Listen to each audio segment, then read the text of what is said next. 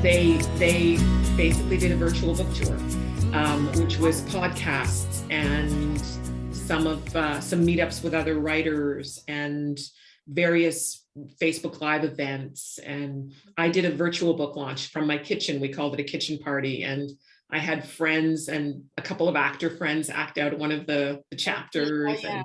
And we did some recipes that were, riffing off the Dark August theme. And so it was fun. And I really hadn't expected anything. As I said, I had no expectations because it was my first time through. So I just wanted it to get a little bit of traction and people to like it. And I didn't, I knew there wasn't a lot I could do. I had written it, we had put it out there.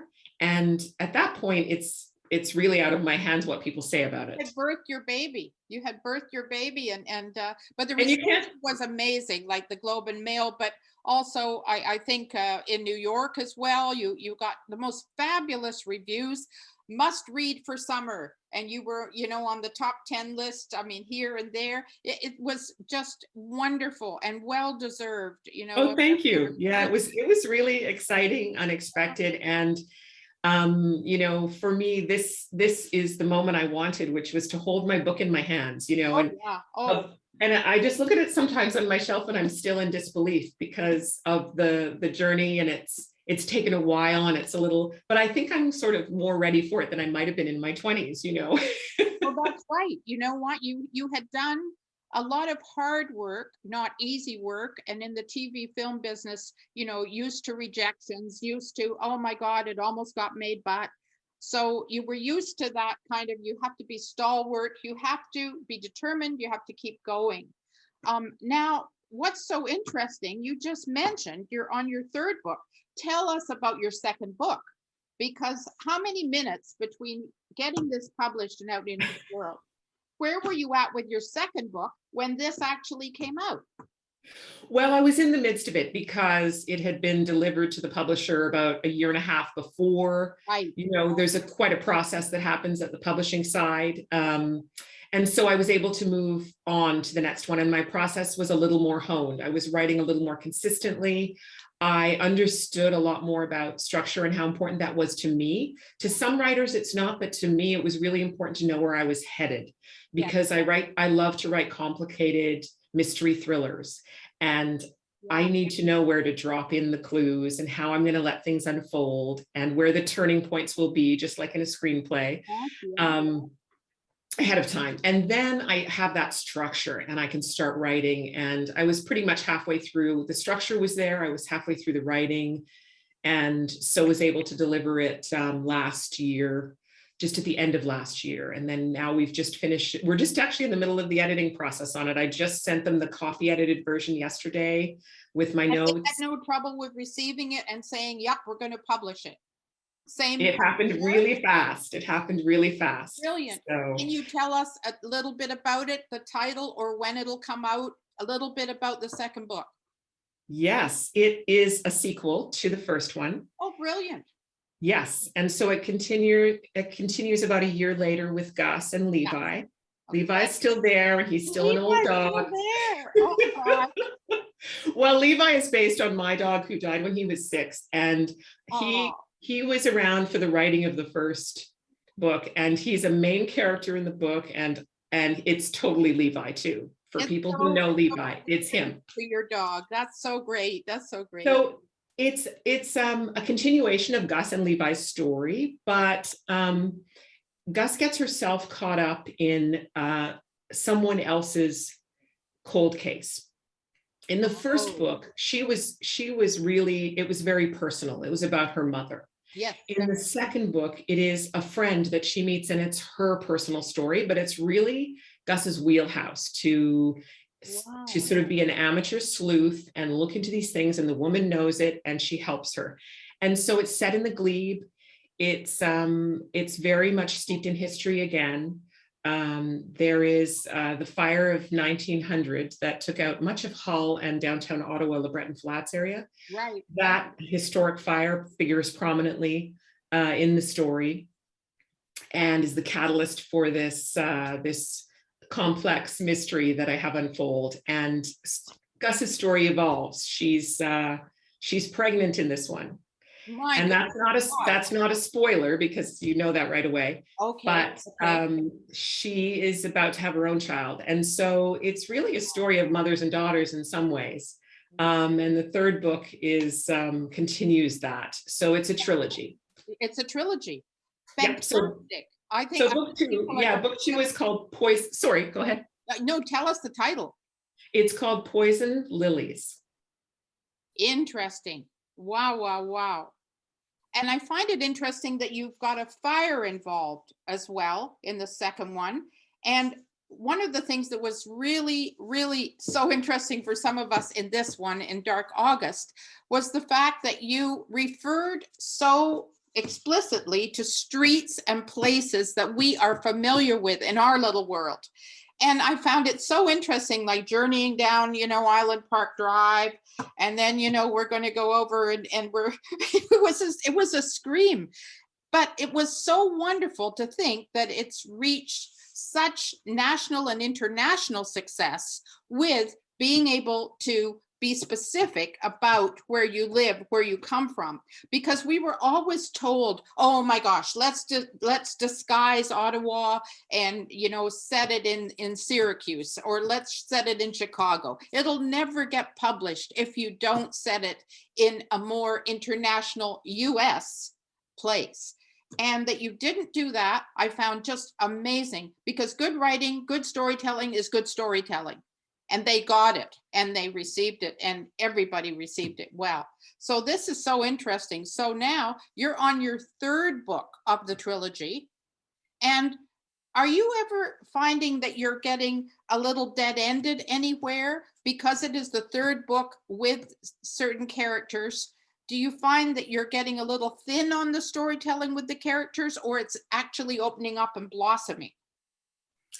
I would say it's blossoming because I have turned it a little bit on its head, and it's very unexpected. The voice is very different.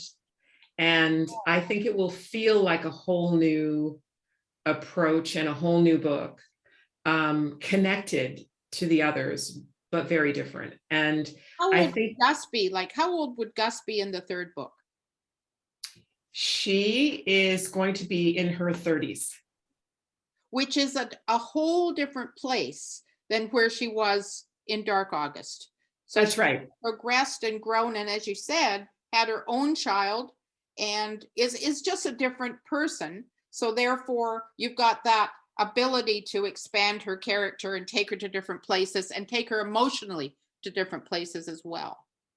Yes, and I definitely don't want to give anything away at this point because I am in the middle of writing it. And so what happens is the whole thing could change. So I don't want to commit to anything right now because, as I said, I do love to have a structure. And as you can see for book 3, as I showed you, I have a board, but that is only meant to be my guide.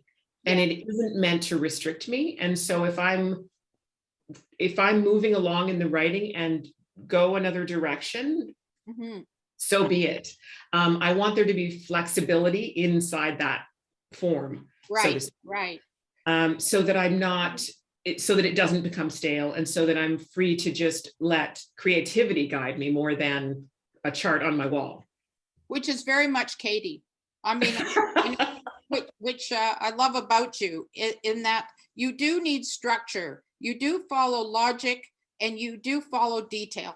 At the same time, though, you've always been that person that allowed the quirkiness of life, the strangeness of life, and the possibility of different behaviors to enter into your characters and into the way you tell a story. It's very, very, it's very original. And I think that's probably too what the publisher and your agent have caught upon. And it's not something that comes every day. This idea of something fresh and original, which definitely is here. I want to ask you, how has this success and your new career changed your life personally? How has it changed it? Not as much as you would think. I really do feel like this is just another part of being a storyteller. I feel very lucky to be sort of in the arena, so to speak, and to have a Right. publisher and to have a team of publicists behind me and an agent. I feel like I've found the right people Yeah. and who sort of get me and who are really respectful of what I'm doing. And, we can have discussions about the books, but ultimately they say, but you're the author. Oh, It's yours. So you wonderful. decide, Mhm. and I really like that. Has my life changed? Not really. I would like to probably just be able to have more time to write novels, and I'll transition to that. Are you doing anything now besides? I work full time as a director writer for local production companies. So I'm Very busy interesting. now. That's amazing because I thought, when this came out as it did, as it rolled out so successfully, that would be your entirety now, and that you No, would walk no. around Westboro as the novelist. And, I'm sorry, I'd love to give you an autograph. I don't have time. Thought just came into my head. I have to rush home, get it down, and take that card off the board.